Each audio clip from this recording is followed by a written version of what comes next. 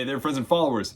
This week's video is all about eminent domain. We'll give you guys a heads up on what exactly that it is and how it affects real property not only in the state of Florida, but right here in the Ocala, Marion County area as well. Stay tuned.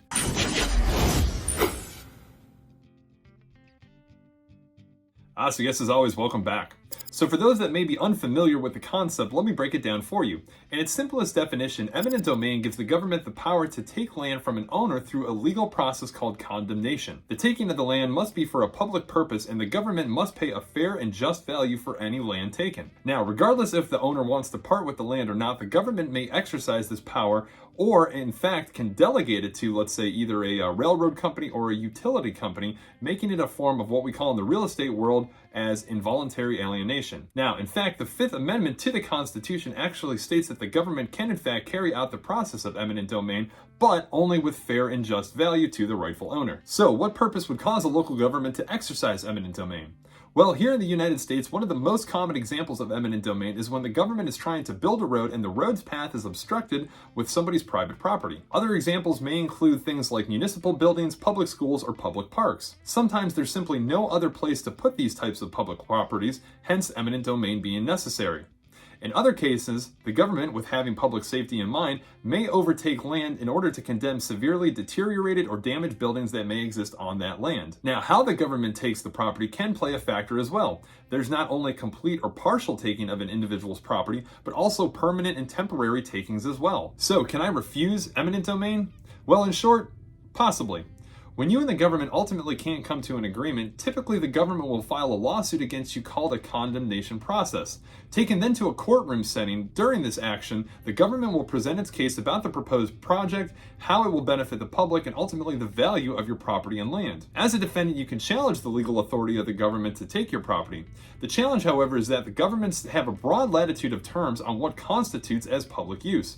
Winning an eminent domain case then could in fact be challenging. Your other option being at that point is that you can challenge the value that the government has assigned to your property. You could end up with a battle of valuations with the court deciding who is correct on your property's valuation, you or the government. Keep in mind that most every case has an appraiser and an engineer usually paid for by the government.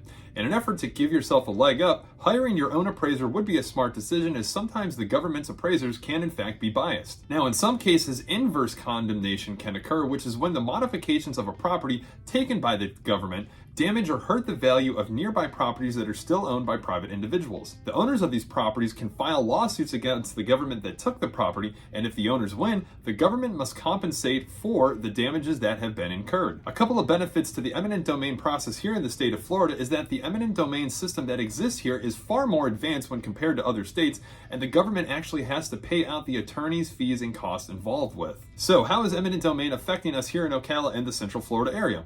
Well, for one is the current expansion of the Southwest 49th Avenue Road, which would open up the current 2-lane road to a 4-lane highway and include both a sidewalk on one side of the highway and a multi-use path on the other side. The expansion would run roughly from Marion Oaks Trail and end up at Southwest 95th Street. This project is in an effort to take on the increasing traffic flow from the Marion Oaks area up to the greater Ocala area, but compromising the homes that are situated roadside currently along Southwest 49th Avenue. Based on some conversations that I've been having with individuals currently in the path of the expansion, the acquisitions department is working on settlements based off of appraisals that are set to be performed by the county. The other example being the Suncoast and Northern Florida Turnpike extension. Now, this proposed project would take the northern end of the Florida Turnpike beyond where it now ends at Interstate 75 in Wildwood. Several alternative routes for the extension are currently in the project study phase, with proposed roads being evaluated that would affect Sumter, Levy, or Marion County. The idea behind the extension would be to create more hurricane and disaster evacuation routes out from the bottom of the state. However, opposition of the project said that the toll road would destroy the last remaining rural areas north of Tampa, and when specifically regarding Marion County, would threaten Rainbow Springs, which is one of the state's largest springs and contributors to the Florida aquifer. Well, there you have it, friends. That is eminent domain. Now, for further information on similar situations to these, you can hop online. There's a ton of great resources made available. Or for more info on these two examples specifically, you can hop on over to marionfl.org, or of course, reach out to yours truly, as I do have a heads up on where these projects currently stand. As always, slide on over the page, give it a like and subscribe to stay up to date with great information like this affecting the Ocala, Marion County area and the residential real estate market there within. As always, thanks for tuning in and checking out the videos, and we'll catch you guys on the next.